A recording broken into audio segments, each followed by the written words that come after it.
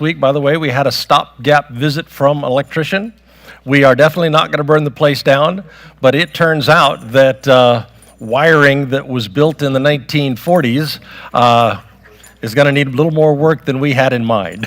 So the electrician's coming back. The adventure we're having this week is we are now on the set of a play. My name is Asher Lev, and we have been looking for things that we can do together with Ridge Road.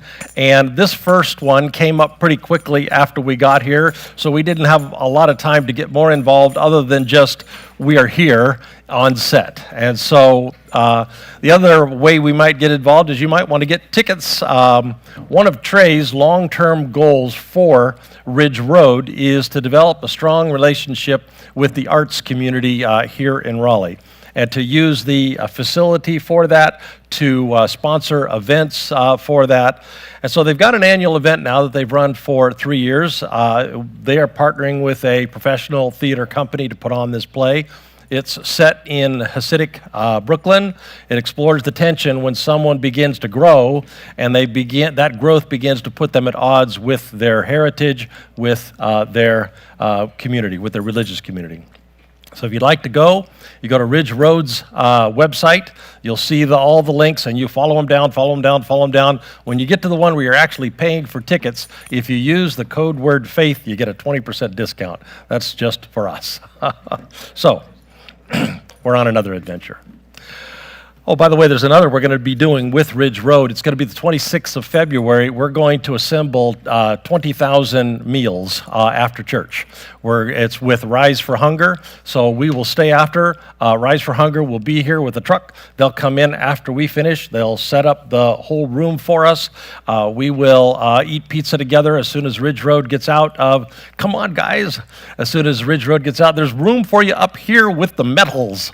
As soon as Ridge Road gets out, we'll eat pizza together. We'll start assembling bags. It's going to cost us $3,500 to buy the stuff to do that. So maybe contribute to the In It Together fund. So we're making progress. But again, welcome. If you're a newcomer, if you're joining online, we'd like to pay a special welcome in a low-key kind of way. If you're here in town or if you're far away, we created a welcome email. We'll send that to you. At the end of it, after you've read some things about the community, there'll be an invitation to meet some folks in the community if you would like to do that. You can point your camera at the funny box, or you can thumb type if you'd prefer. You want to go this way? All right. You do that while I cough. Okay, so there's that. We put this up every week to remind us to let people in when we're having rough days. The American tendency is to not do that.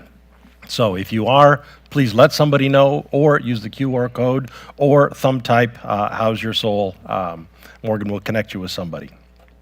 All right. Let's say, as we do each week, I got a new flipper. I am unaccustomed. If you are here, you belong. If you are here, you belong. Very good. And we are, every one of us, carriers of the inner light. And we are, every one of us, carriers of divine breath. Okay, Joe, it's time for music school.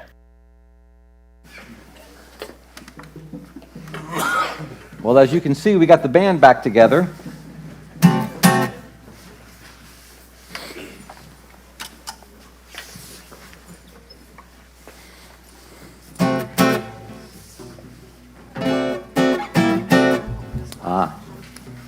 Un momento, por favor.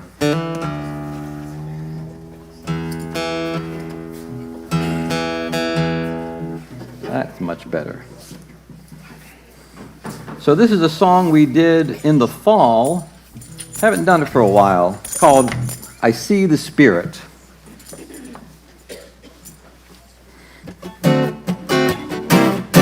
All right, so as a review, if you would just echo whatever I say to you, say it back to me. Whatever I sing to you, sing it back to me. I see the Spirit. I see the Spirit. Standing right in front of me. Standing right in front of me. I see the Spirit I see the Spirit standing right in front of me. standing right in front of me.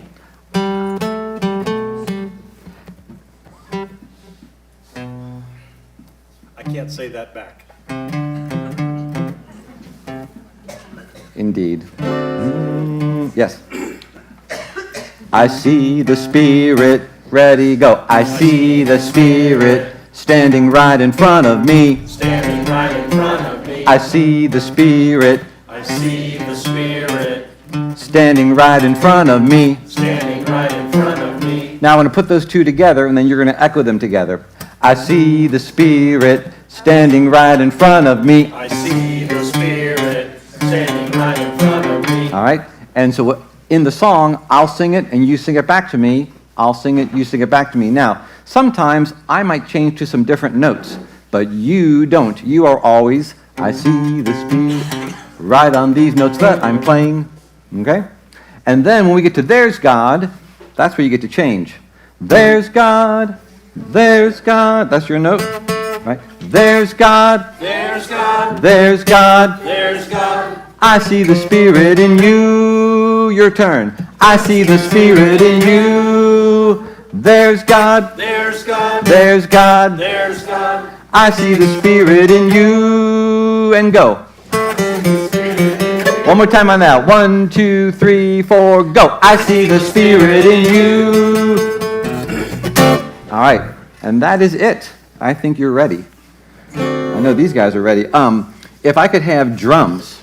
Here's your part, drums. You ready? It goes like this. I see the Spirit. See the Spirit. See the Spirit. See the Spirit. Yep. See the Spirit. See. Just follow my guitar. That's it.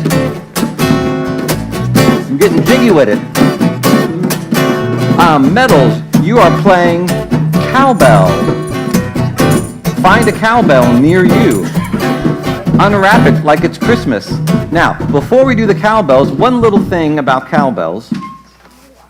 Since we need more cowbell, we're going to... They're so special. They have to be wrapped in a white towel. And they have to be polished with a baby kitten. No. Please wrap it in one layer of white towel. So take your cowbell, wrap the towel around it, okay? And then take the blue mallet, not the green one, but the blue one. There's no green one. All right, so a cowbell wrapped in a towel, and the mallet's in your other hand. There we go. And the secret to cowbell playing is you should play it strong enough that you can hear it, but not so strong that you can't hear anything else in the world. All right, let's give it a try. So copy my rhythm, cowbells, just like this. Now, I'm going to change my rhythm, but you don't change yours.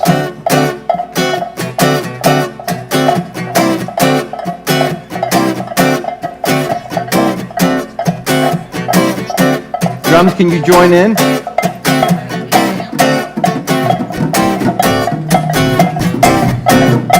Xylophones, you ready? I'm not sure I know how to drive this train. Here we go, everybody. 1, 2, 3. I see the Spirit standing right in front of me. Well, I see the Spirit standing right in front of me. I see the Spirit standing right in front of me. Well, there's God. There's God, There's God. there's God. I see the Spirit in you. And now I see the Spirit standing to the left of me. See the Spirit Standing to the left of me. Well, I see the Spirit standing to the left of me. See the Spirit standing. There's God, There's God, there's God. there's God. I see the Spirit in you. And now I see the Spirit standing to the right of me. I see the Spirit Okay, they're actually sitting, but that's okay. I see the Spirit standing to the right of me. I see the Spirit standing to the right of me. Well, there's God. There's God. There's God. There's God. I see the Spirit in you. Bass solo. A little quieter.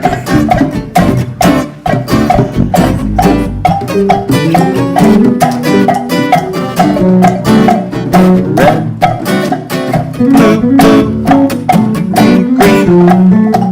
I see the Spirit in you. All right. And now I see the Spirit everywhere around me. Next one.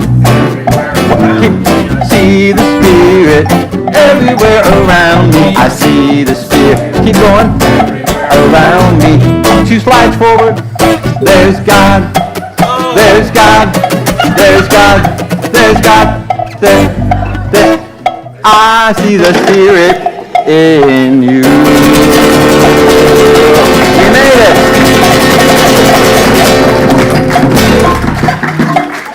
All right. You made 2 slides, folks. 2 slides. Yes, sir. Yes, sir.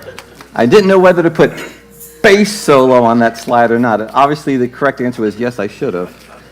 All right. Now, that was Good fun. job, guys. I Perfect. think the metal section rocked it. They rocked it. They are certified. Drum section, you probably did well too. I just couldn't see you. I could hear them. They were in the groove. More, yes. Don't tempt me to put that slide up. I have it. All right. We started a new song now. Instrumentalists. We are going to be playing on this next song, but I have to do a little teaching first. So if you'd be so kind to make sure your instruments are silent. That'll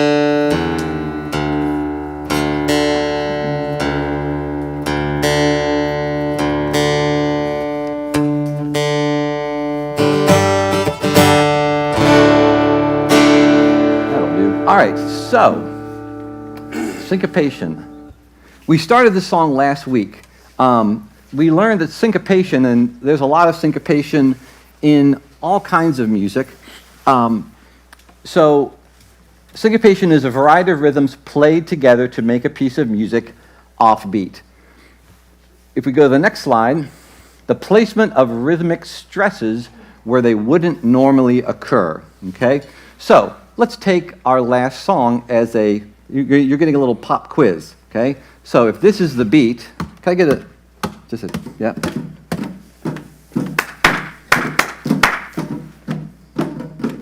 I see the Spirit. Is that more offbeat or more onbeat?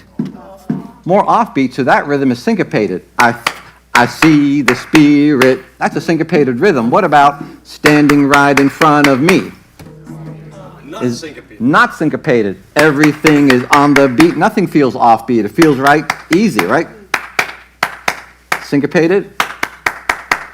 And that's what we have a lot, is a mixture of syncopation and non-syncopated rhythms, okay?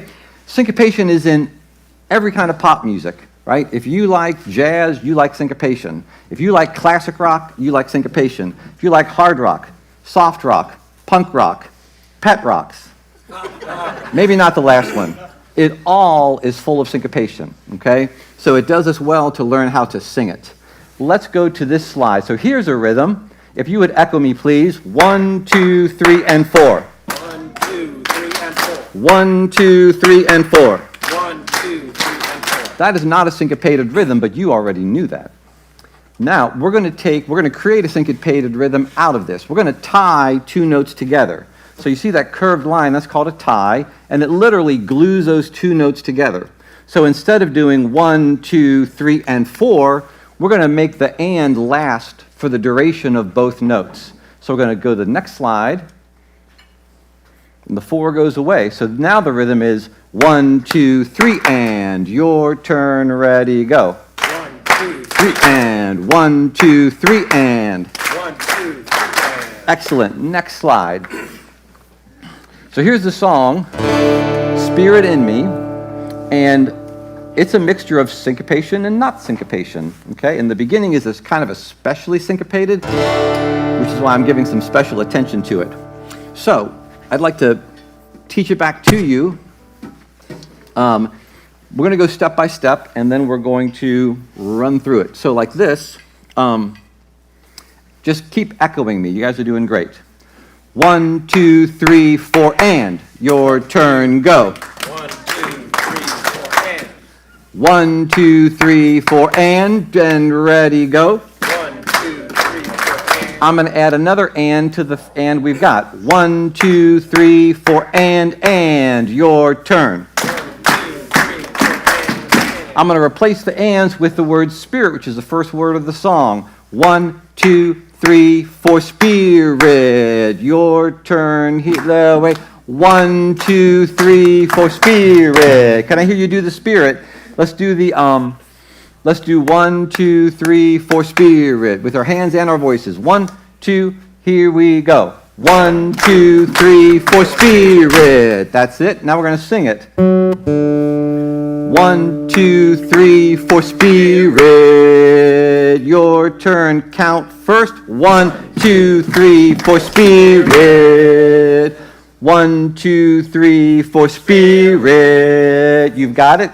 In me is the exact same thing. We just shift the rhythm forward one beat. So instead of 1, 2, 3, 4, it's 1, 2, 3.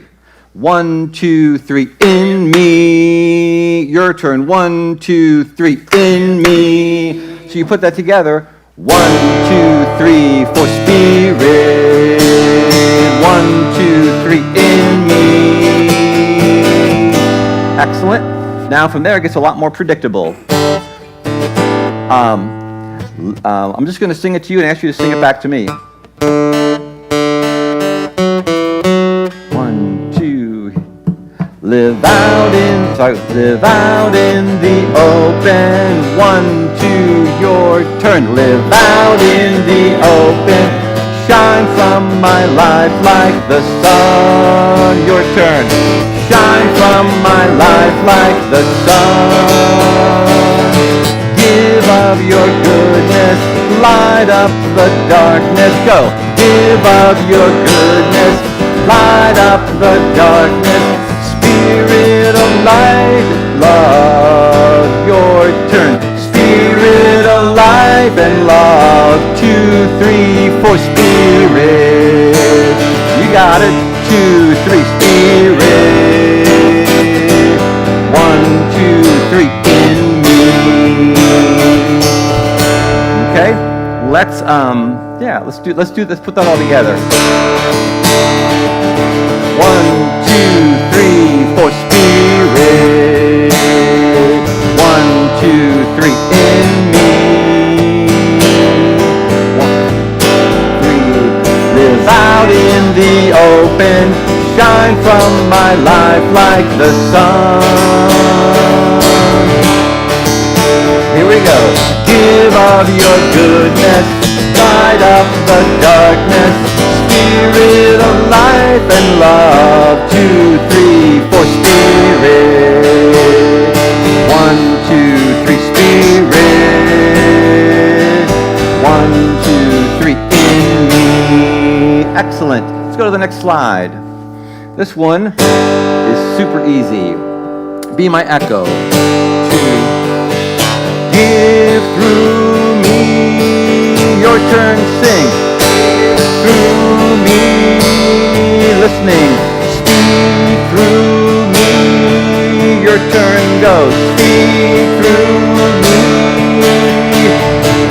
Move through me. Your turn, go. Move through me. My turn. Love through me. Your turn. Love through me. Oh, Spirit. Spirit. In me. Okay? So let's get that last little thing. After love through me, and we are rocking way faster than we normally would. Love through me. Oh, Spirit. Yeah. Love through me. Oh, Spirit. 1, 2, 3, Spirit. 1, 2, 3, in me. And the last line is the same. Spirit.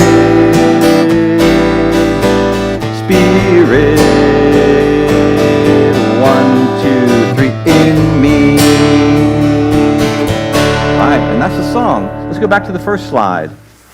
So the song is 2 times on this slide, one time on the other slide. I have my tone chimes. You guys got your middle bars ready? All right, listen to this. We got to do. Oh, we got to teach the other parts too. Dun, dun, did that. Who doesn't have a tone chime? That's true. The xylophones are so. Music moment. So the xylophones have what's called keyboard percussion. They play the notes, you guys play the rhythm. So you guys are on drums, and they've got the metal parts, the tambourine, the cowbell, and then they have the notes. So it's just like these guys only play the xylophones, they only play the tone chimes. You guys have a drum part, right? And I'm trying to, and I know it's here somewhere. I know it is. You guys are going to play along with the track, and then you guys have the little tambourines, right?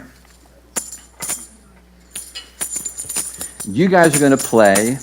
Let me show you how to play. If you can hold it by the blue stick with the nail pointing up to the ceiling.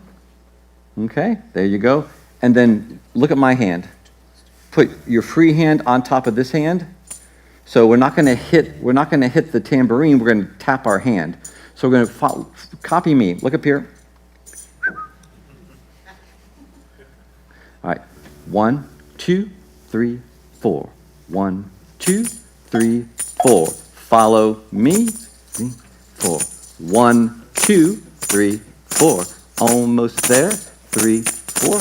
We have a beat. 3, 4. 1, 2, and it's probably a little slower than that. All right, so can I,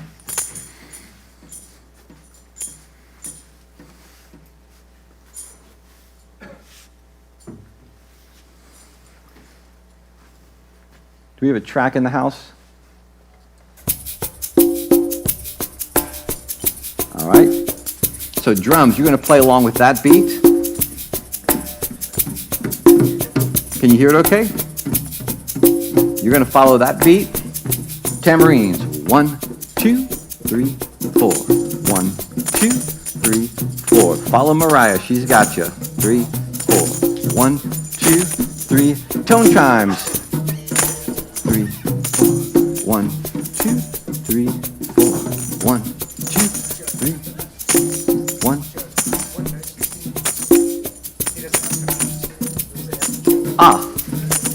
Hold on. We have a. So see that music over there? No. The one on the floor? Yeah, grab that. Does that say TC3 or something like that? Let me see. Oh, that's. Oh, you know what? We've got. Wait a minute.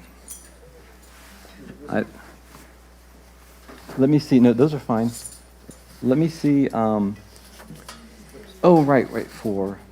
1, 2. Oh, that's what it is. Okay, here's what you can do. Take this sheet here. That's the score. All right, so you can just grab 2 colors, and they can play on the 2 colors. So, like, so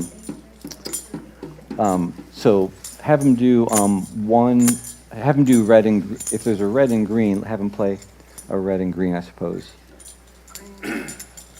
Is there a red? There's a red up there, way up high.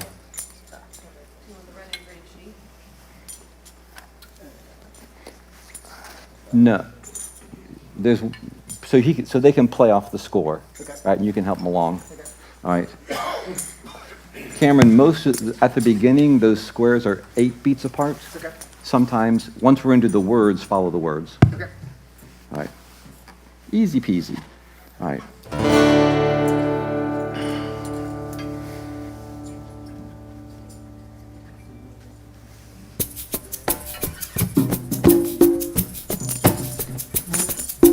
Tambourines. 4. 1, 2, 3, 4. 1, 2. There it is. 4. 1, 2, 3, 4. 1, 2, 3. All right, tone chimes. 1, 2. Here we go. 2, 3, 4, 5, 6, 7, 8. 2, 3, 4, 5, 6, 7, 8. 2, 3, 4, 5, 6, 7, 8. Here we go. 3, 4. Singing and 3, 4. Spirit. 2, 3. In me.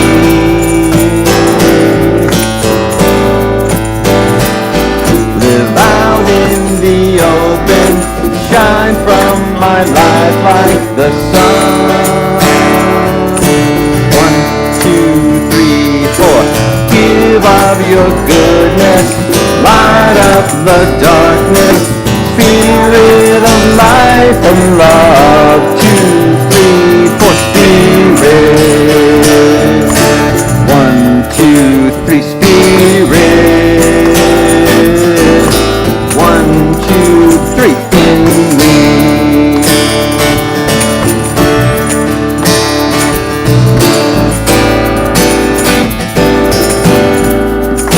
3, 4, spirit. You got it. 1, 2, 3, in me. 1, 2, 3, 4. Live out in the open. Shine from my life like the sun. 1, 2, 3, 4. Give of your goodness. Light up the darkness.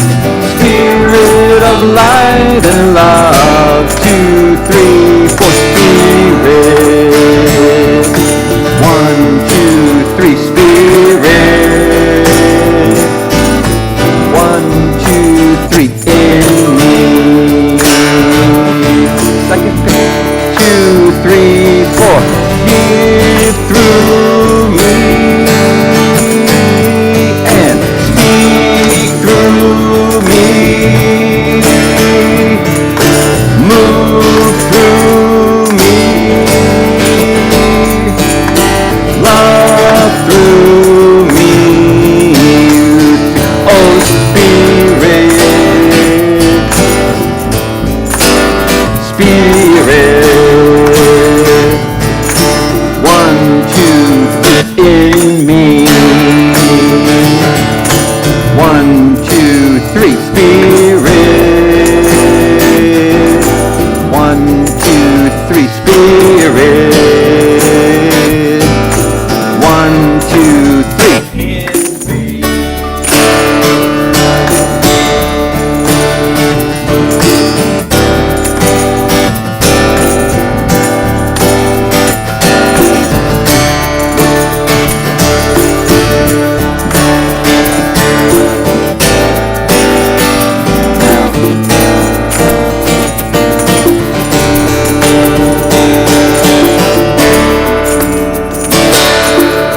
Yeah.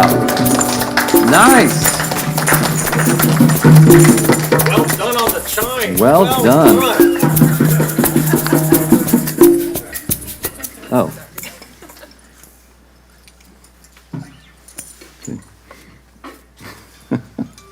All right, very good. Meter. Here we go. All right, so we've been working on day by day for a couple of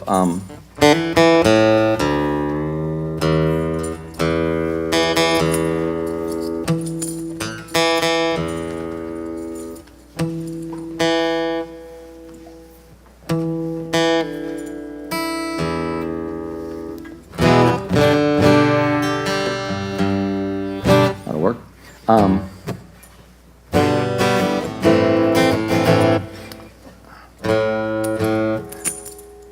So day by day is in 2 meters, meter of 3 and meter of 4. It starts in a meter of 3. So 1, 2, 3, 1, 2, 3, 1, 2. Day by day, 2, 3, 1, 2. Day by day, 2, 3, 1, 2, 3. Oh, and so forth. Okay. It then goes through that a couple of times, and then we stop and we set a new tempo, and we go to a meter of 4, which is 1, 2, 3, 4. And this is what people are more familiar with.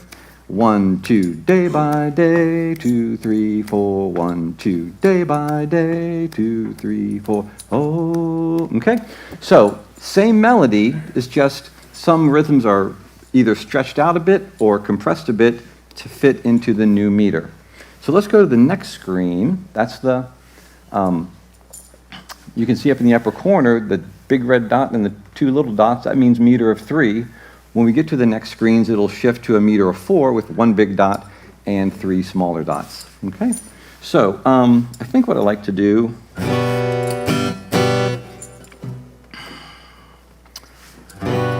let me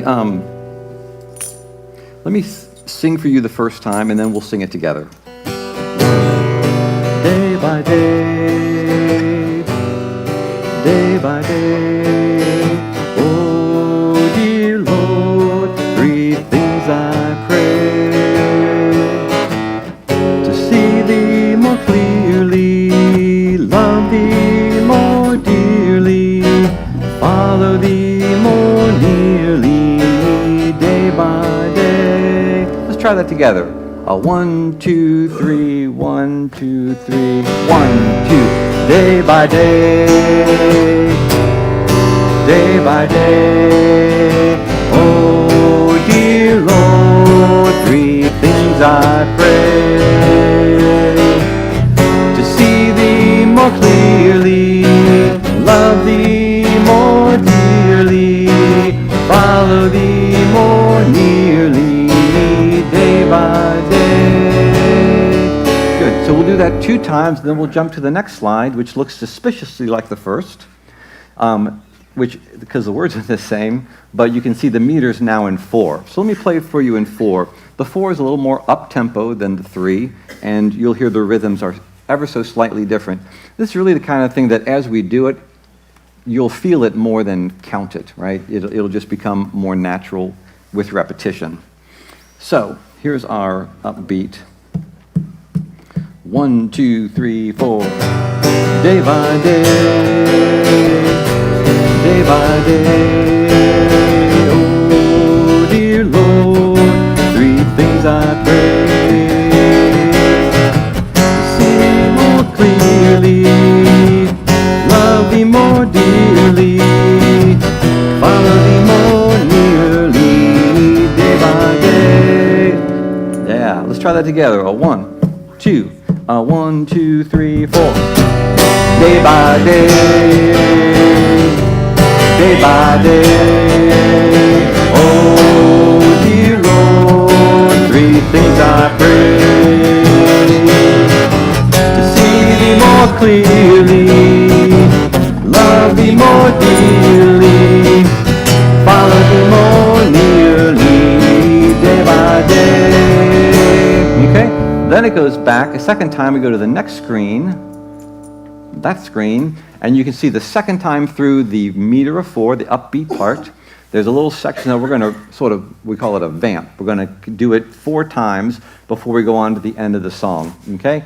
And since that day by day reminds me of Doobie Doobie Doo for some reason, at the end of the song, follow Thee more nearly, day by day, day by day, by day, by day, by day. And I think you've got that part. We don't need to repeat it. So, back to the beginning. Nice and slow to start. Take your time. And with our instruments, I think with our instruments, right. You guys, drums, you've been promoted to shakers. Okay? So you can shake along. If you listen to the beat and you just join in, that's it. You got it, right? So.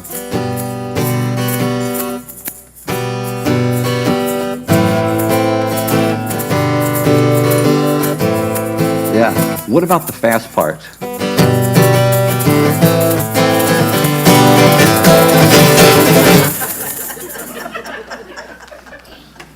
For the other folks, tambourines.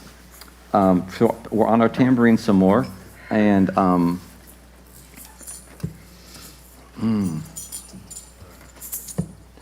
I think we're on that same 2 and 4 that we did a while ago. That 1, 2, 3, 4. 1, 2, 3, 4. 1. Although we can't do that, so that doesn't work in 3. Let's save the tambourines for when it goes upbeat. In fact, let's save the shakers for upbeat too. Let's make the beginning part just voices and without percussion. And then when I count you in, 1, 2, 3, 4, then we add tambourines, shakers, tone chimes, and xylophones. We didn't get to practice your part, but if you guys can make it for band practice, we're going to work on this. There's a part for you guys for this, and we'll get that worked up, which would be a lot of fun. Okay? All right, so I think we've got it. So, if for the tambourines, if you're having trouble keeping your tambourine quiet, if you take your free hand and cover the shiny part and just hold it, it works beautifully. And then when it's time to play, you can uncover it. Okay? That's good. That's good. I like the way you do All right. Excellent technique. Here we go. 1, 2, 3.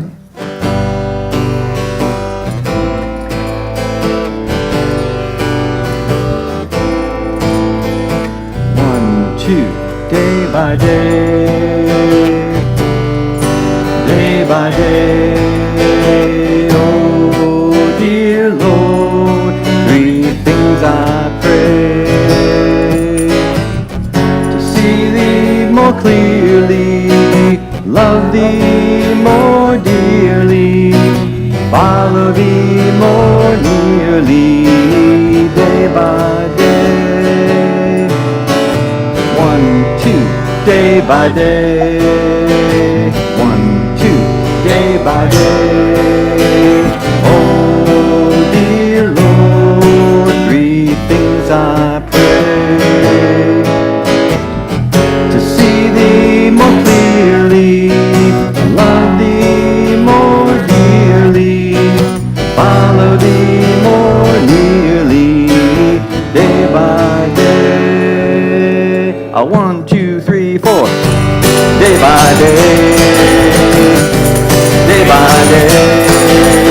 Oh dear Lord, 3 things I pray: to see Thee more clearly, love Thee more dearly, follow Thee more nearly, day by day,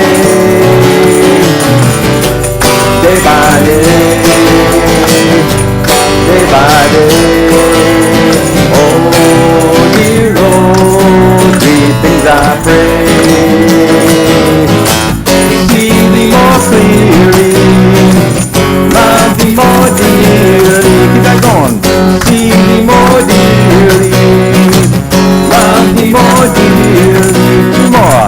See Thee more clearly, love Thee more dearly. Last one. To see Thee more clearly, love Thee more dearly. Stop with me. Follow Thee more nearly, day by day. Day by day, by day, by day, by day. Yeah. Shake 'em out, shake 'em out.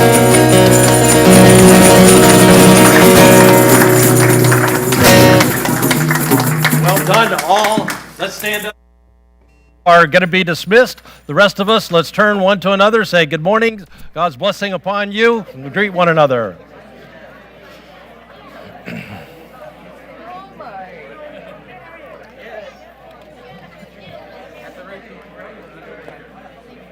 Is there a microphone? There is.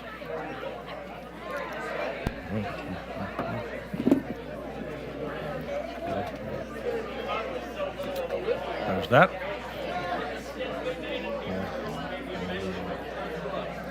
And how do we plug Lindsay in? She's going to use my input. So this is right here. All right, so leave that there for her.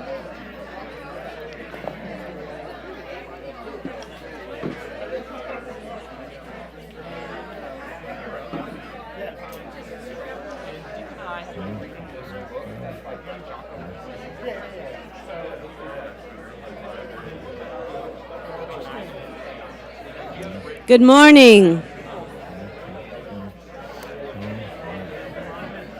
Good morning. Working the circle. Communal, contemplative, serving, learning. The ways that we connect in the community draw from how we work the circle together as a community. Today, what are you thinking on Zoom after the service? Today, the chili cook-off and potluck down the hallway. Monday, the morning Zoom meditation starts. I'll talk more about that in a moment. Next week, the brew crew. The week after that, bunko night. And then we're back to using the fellowship hall again with Mardi Gras. So again, remember, we're asking you to connect in the community together across the 4 quadrants. For example, the contemplative. So this starts tomorrow. Pretty simple. It is a way to meditate together with other people in your community. Of course, there are multiple ways out there now, Insight Timer being one of many. But this is a way you can see the faces of the people in your community, meditate with them, perhaps connect with them outside of this. Doug would like to say something more about that. Unless you don't want to turn on your camera, because it is True. early. True. You do not have to turn on your camera. You also do not have to linger for the good morning portion. If you would like to sign on at 6:30 in the morning, get your meditation in for the day, and linger, you may do that. If you'd like to sign off, this is meant to be an easy way in to the practice of meditation. Most important, core to all of this, the working the circle and showing up for each other, connecting in the community, hard to reach out to each other if you're not in the directory. So remember, we're in the midst of the annual directory drive. If you know someone's first name, if you know their last name, if you've seen them, it's pretty easy at this point with the app to find someone and to reach out, email, or text. So please get yourself in. If you're not sure, if you have no idea what we're talking about, go walk up to someone who looks like they might know what they're talking about, and they will feed you down the grapevine and we'll get you into that directory. The ask in our community in terms of connecting, in terms of working the circle together, is that you check in once a week. You can read the Thursday email, you can go to the app, you can go to the website, and you will find all of these various ways. Shall we meditate? Find a comfortable place in your body. We're continuing on with the welcoming prayer. Perhaps sit, spine straight, chin down, hands perhaps on your knees. A breath in, perhaps through your nose. Maybe hold that breath for a moment at the top. Slowly releasing that breath through the mouth. Maybe try that again. Breathe in. Very slowly hold that breath and then release that breath. The welcoming prayer.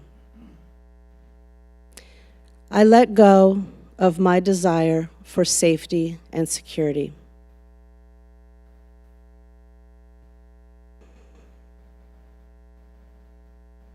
I let go of my desire for esteem and affection.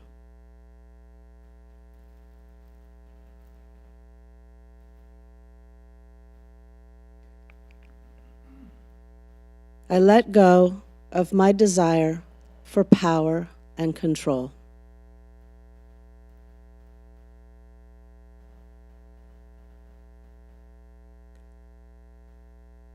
I let go of my desire to change the situation. And remember to breathe in slowly through the nose, holding that breath at the top for a moment, and then releasing through the mouth. Deep, slow breaths so that you can focus on the words. I let go of my desire.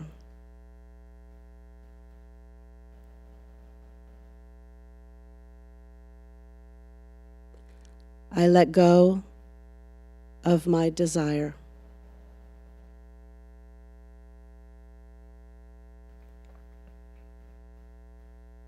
I let go of my desire.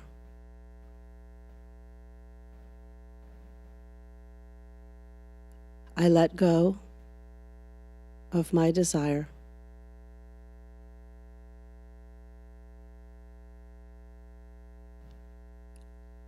I let go.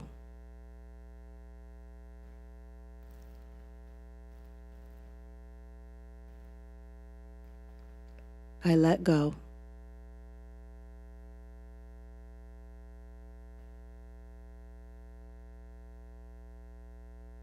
I let go.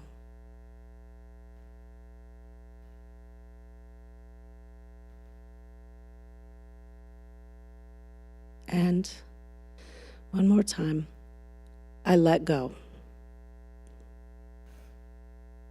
Indwelling divine, may we use the welcoming prayer as we begin this new year. May we connect with one another. May we build a meditation practice that will sustain us through difficult times. We let go together. Amen.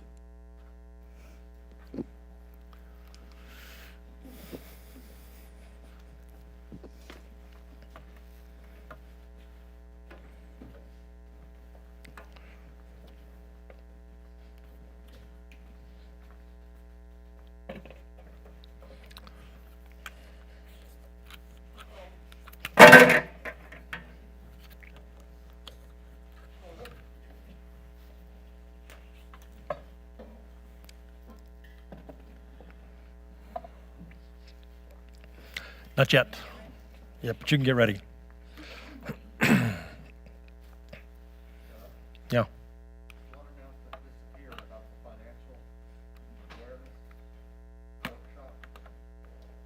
Oh, is it not on the, hold on, it'll show up in a second. We got a little housekeeping to take care of first. So if you'll go to the QR code there,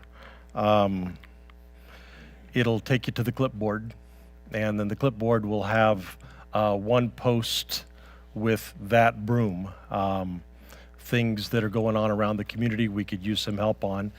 And you're going to see in there, would you help us install this keyless lock? So we've got group leaders who come all during the week, and this thing's super high tech, I am told. It has Wi-Fi, and it gives everybody an individual passcode, and you can use that. So if you know how to install it on a deadbolt in that door down the hallway, that would help us get people into the room.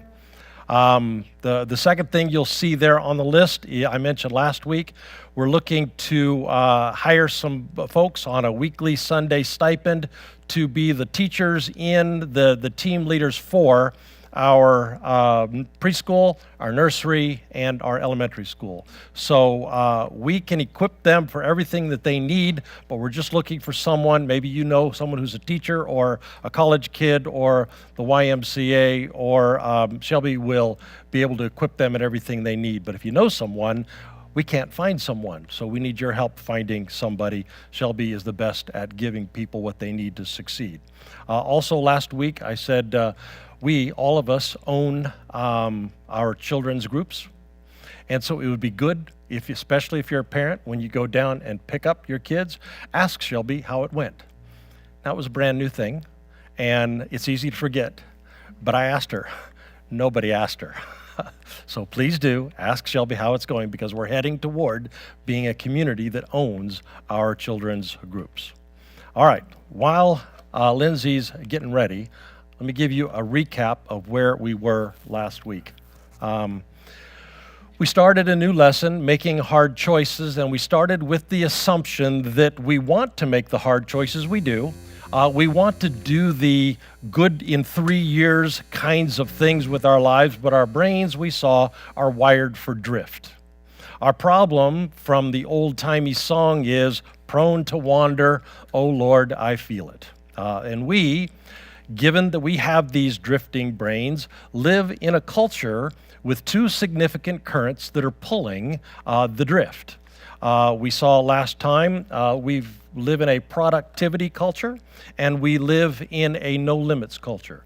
We are valuable to the degree that we produced, and we are growing up inside of our nation's instincts, get the sense that we are good when we resist limits or when we deny limits. And we don't, we saw last time, see these currents. We don't name them. We don't feel them. We just feel them because they're kind of embedded in just our national soul, in our national consciousness. And because we don't examine them explicitly, but just feel them, they sit in there doing what they do without ever being questioned, without ever being challenged. And consequently, a lot of Americans struggle to know when we've done enough. When have we done enough productive? When have we done enough no limits? So a lot of us default to the response when we don't know what is enough, the answer being more. Let's just do more. More productive, more limit denying. Because these cultural currents go unquestioned, what is enough productive to be a good person? What is enough no limits to be a good person? It's a question that if we examine it, we realize is not really answerable. It's like, how long is a rope? You can't answer the question. So when we don't question them, we end up losing. We end up losing enough to do and enough time to do it. We end up losing a human-sized life. We end up losing meaning in our work, meaning in our rest. We end up losing a human rhythm that's a sustainable rhythm, that's a sacred rhythm. So if you missed last week, I would encourage you to listen online because seeing culture is difficult. It's invisible. It's just the air that we breathe. So last week there were lots of examples to help us see those currents that pull on us, and so that's a recap of last week. When we finish today, a few questions that we'll be asking. Last week we saw that we're a limit-denying culture. Today we're going to see there are limits. That's a problem if we're a limit-denying culture because there really are limits. So be thinking, what was the last time you blew past a limit? What was motivating you? What was driving you? And be thinking, how do you deal with the human limits? The 80 years if you're lucky limit, the 24 hours in a day limit. So be thinking about those as we go on. So I told Lindsay about today's lesson, and she found this song. And it is great. It embodies the illusion you're going to hear me talk about today. If I don't make my bed, I'm not going to have to lie in it. See if you can hear that as the song goes on. Have a listen. Yeah, I ran into this song a few years ago, and that line, "If you don't make your bed, you don't have to lie in it," just like changed a lot for me. Realizing how I'm complicit in my own busyness and the misery I'm experiencing because of having too much noise in my life, and the freedom of the offer of like that silence is available to you, and if you don't create this sort of hell for yourself, then you don't have to live inside of it. So.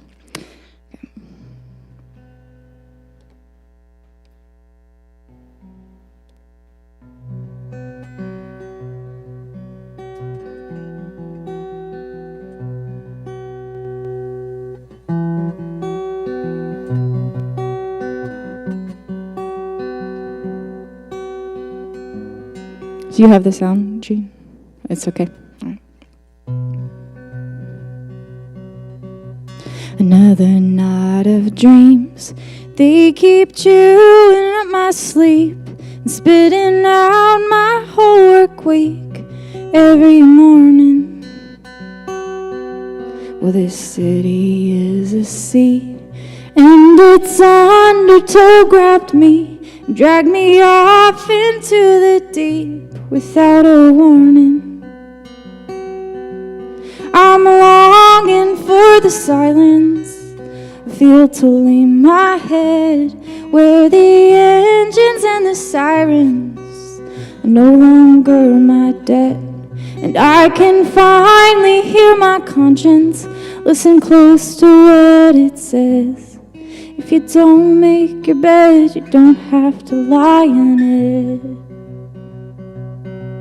And in the morning when I rise, every step's a compromise. Motor fumes and burning eyes and drunken violence. through the city tall as trees. Hydrant rivers fill the streets, and I can hear the birds and bees in the next apartment.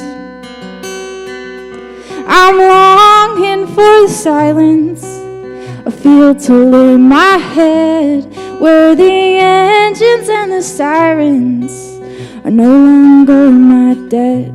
And I can finally hear my conscience, listen close to what it says. If you don't make your bed, you don't have to lie in it. Oh, oh, oh,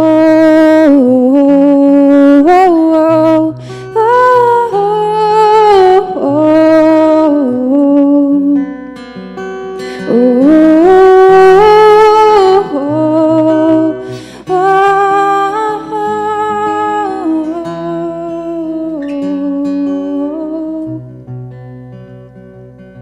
I got my backpack and my tent, and a thumb pointing to heaven, and a couple bucks to spend if I get hungry. This land demands no rent, though the air I breathe is lent, and the sun is so quiet as it shines on me. I'm longing for the silence, a field to lay my head, where the engines and the sirens are no longer my dead. And I can finally hear my conscience, listen close to what it said. If you don't make your bed, you don't have to lie in it. If you don't make your bed, you don't have to lie in it.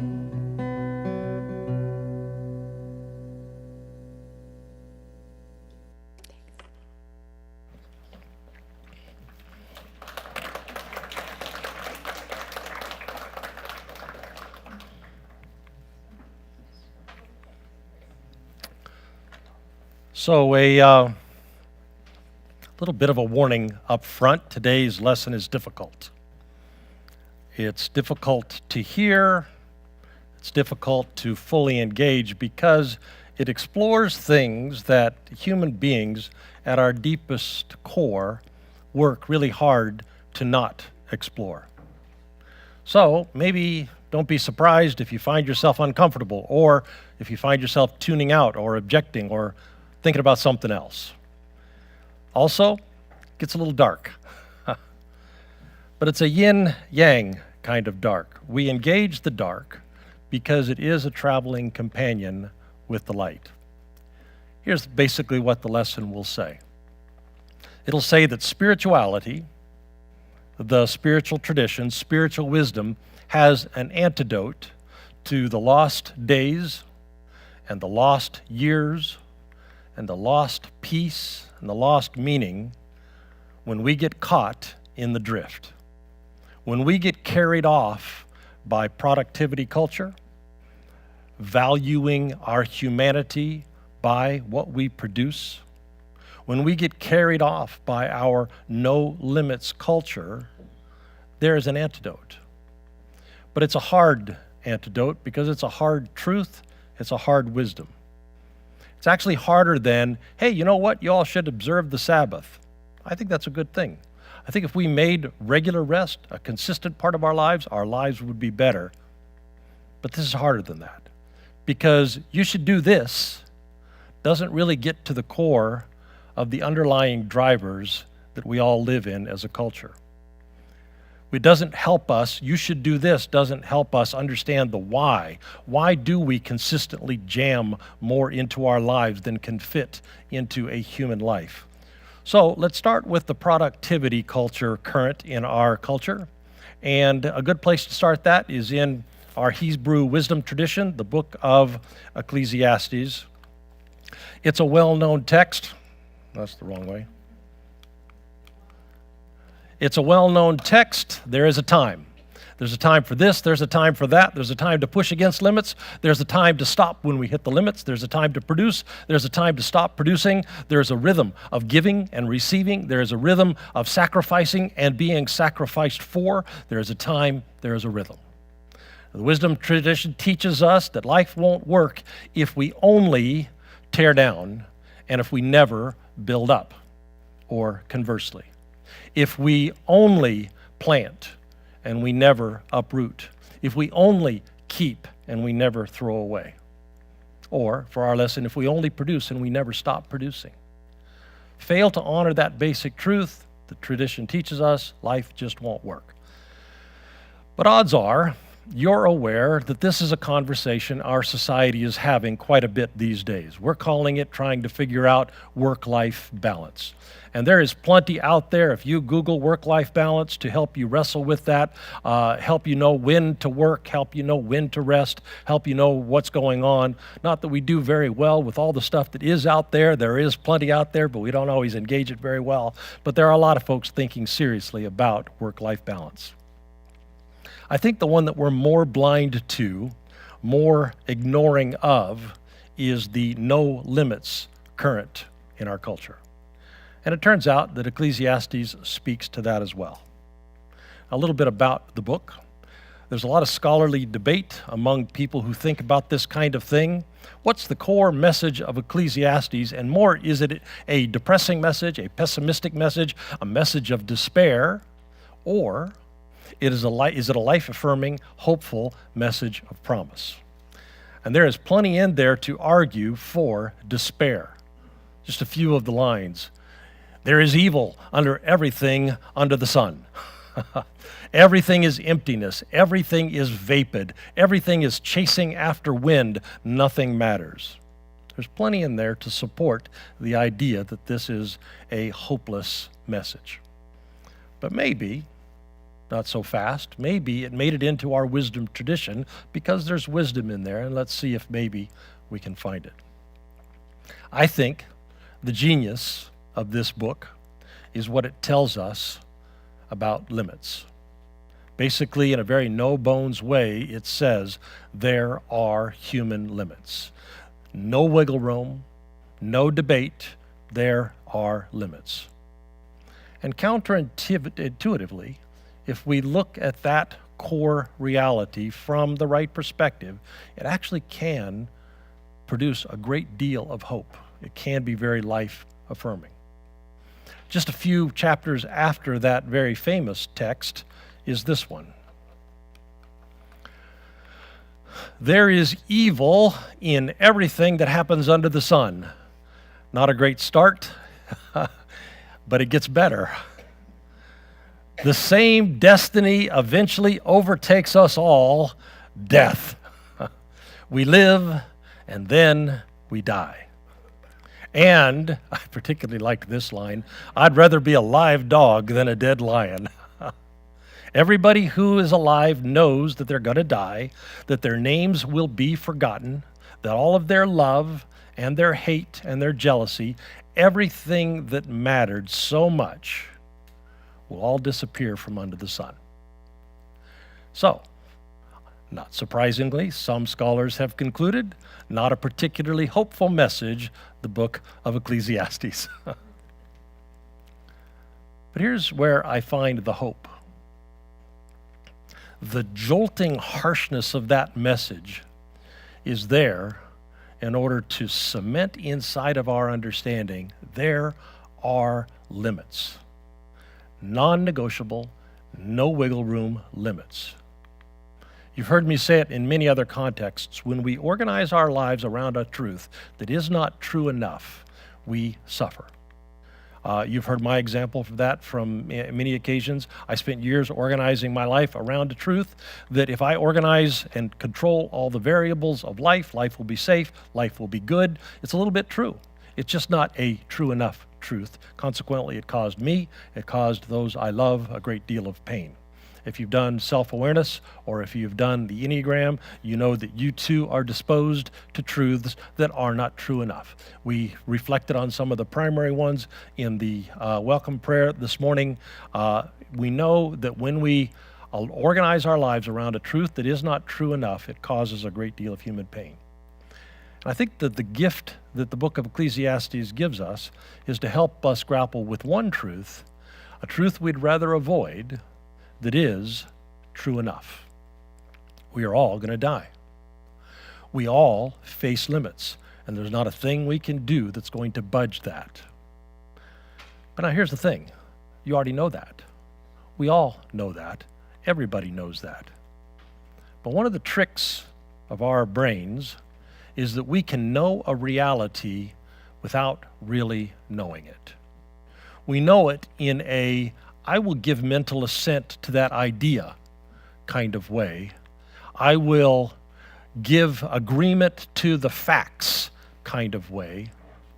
But the tricks of our brain can help us give mental assent to a truth and at the same time keep it at a very definitive arm's distance so that we can, in fact, trick ourselves into ignoring it, avoiding it, without actually thinking we're doing that.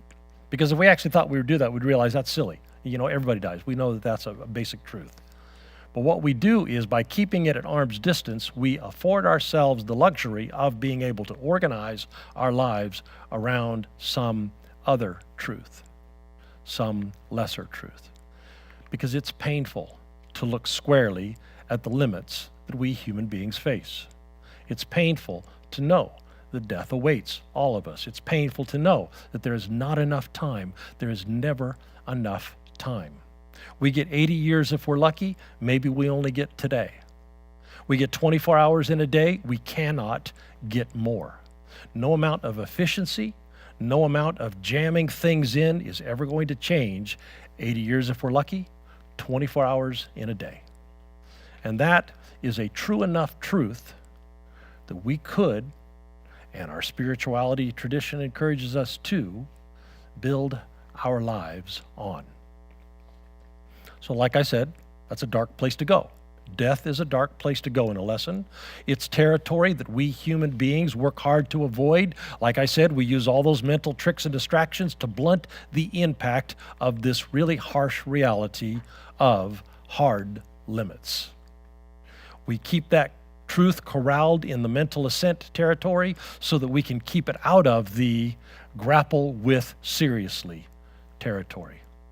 So when Ecclesiastes comes along and takes away the wiggle room and lays all of our brain tricks bare, exposes our evolutionary inclination, we developed these brain tricks to keep despair at bay so that we wouldn't suck up the energy so we could go out and gather berries or hunt caribou.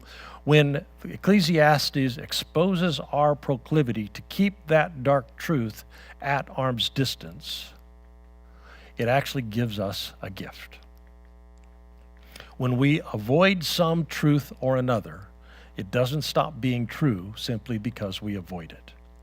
And it turns out when we avoid this one, we don't make hard decisions. We don't make hard choices. We don't decide what we are going to have to say no to so that we can say yes to what we choose to say yes to. We don't make our bed in the vain hope that we won't have to lie in it. We allow ourselves a little bit of comfort to avoid the harsh truth of limits, to stay in the illusion and think that there really aren't limits because we give ourselves just a little bit of freedom to feel immortal or to feel unlimited. By staying in the illusion, we don't have to choose because we don't have to admit limits. We can have it all. We can do it all. We can't, but our brains will do us this service and tell us that we can. The illusion doesn't change the truth, but it keeps us from having to admit it. The brilliance of Ecclesiastes, why it made it into the canon of the wisdom literature, none of that for you. You can't do that. That's not what I wrote in my notes. What I wrote in my notes is none of that shit.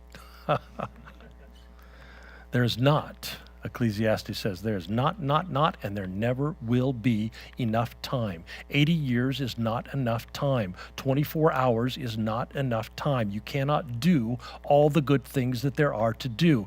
You cannot, you just cannot. You can't do everything. You can't taste everything. You can't experience everything. You can't go everywhere. You just cannot. So we have to decide.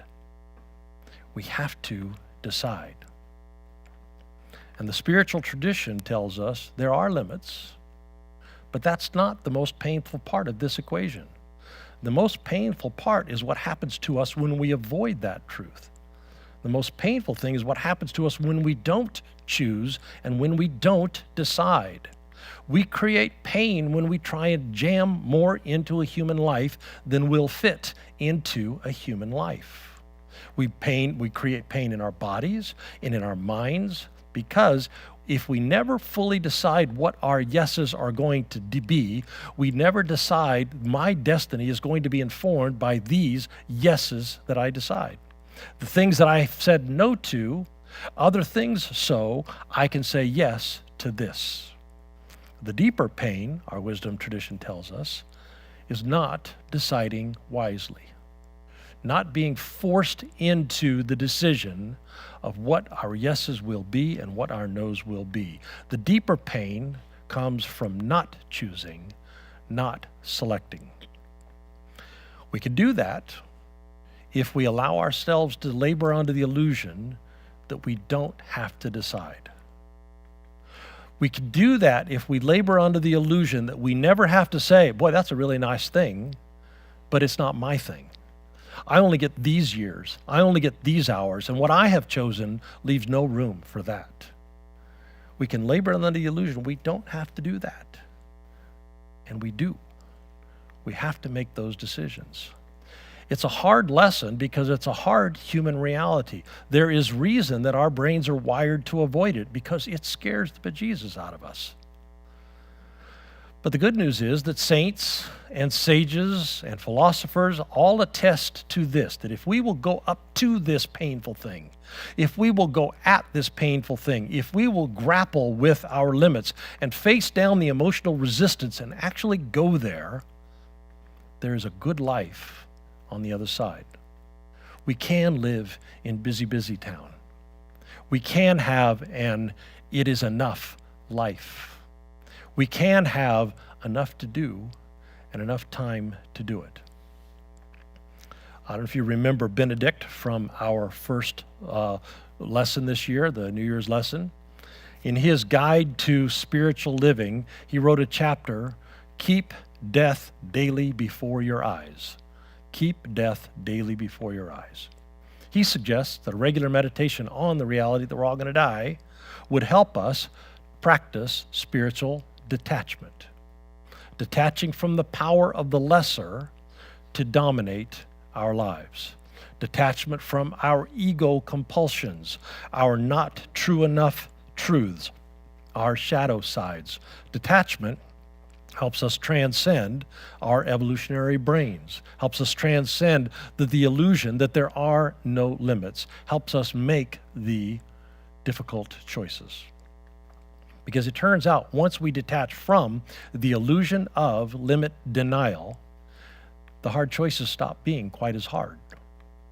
We internalize what our yeses will be and what our nos will be. When we do that, it's not as hard to make our choices to match our yeses. Detach from the illusion, and it's not hard to live the life that Merton described last week. It is enough. It is enough to live within the limits of a human life. Freed from the limit-denying illusion, we can live life without jamming in more than fits into a human life. We have to make decisions. We have to decide what our yeses will be. And the tradition also gives us some tips about what those ought to be, what our choices ought to include. Merton made a list. Here's some good yeses he suggested from his position, having practiced contemplative life. Eat and sleep and rise, go to bed, blankets, coffee, working, stopping work. Funny thing is, his list matches pretty closely what the author of Ecclesiastes said when he considered the same question. Right after the depressing part, the author says this: if you're going to live well and going to live within the limits that we all face, maybe focus here. Eat your food with gladness. Drink your wine with joy. Enjoy wearing your clothes. Enjoy doing your hair. Savor those relationships that are meaningful with your wife, with your husband, the one that you love. You get these few days on earth, so work hard. Whatever your hand finds to do, do it with all of your might. Which again, sounds a lot like Merton. Sounds like busy, busy town. Sounds like enough to do and enough time to do it. And that really does become the gift that the author of Ecclesiastes gives us, forcing us to face limits that we do everything we can to avoid, so that it forces us to make choices. We have to then decide, what will I do with this one life that I get on this earth? So indwelling divine, may we live lives from truths that are true enough. May we live lives choosing wisely within the limits that all human beings face. May that be so. Amen. Well, we all get out our phones now because we all give online now. You can point your camera at the QR code right there. Or you can thumb type if you want. Go to our website, commonthreadchurch.org. At the top of the page is a donate button. Lots of options, lots of ways to give. We invite you to do that if you're here in Raleigh, but also if you're living far away, we invite you to take an ownership stake in the community. It turns out that we are a pretty generous community. We are occupying our new space because we're a generous community. We're able to handle the costs that may well accrue to us of updating wiring that was done in the 1940s because we are a generous community. I have no doubt we'll be able to take care of our children's groups and our teenage groups because we've been a generous community. Because you do what I encourage us every week to do.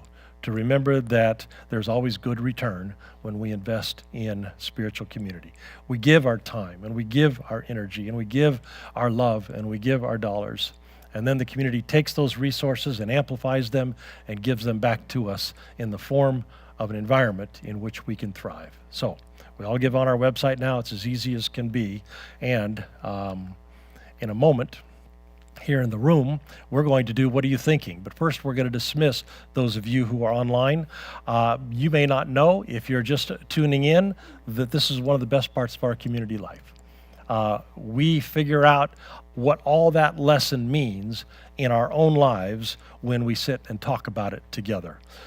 So for us, participating is easy. We're already in the room. But for you, you're going to have to click. And that click is a very expensive thing to do because now you have to think about, am I going to do it? Are they going to like me? What if they reject me? I'm frightened. It's new. It's different. I don't know. You got to go through all that stuff. And all that resistance comes up. But here's the thing. Our pledge is, if you'll do that, go through the resistance, at the end of the 20 minutes, we're pretty confident you will feel a whole lot less stranger-ish and a whole lot more embraced. And I think Scott's leading it today. He'll be very nice to you. Anyway, as they're getting ready to go, let's go ahead and dismiss them. Oh, by the way, here's how you get there. You got to go to the front page of the website and get the link. Or you can do it right there in the YouTube notes. But the password is 1417. 1417.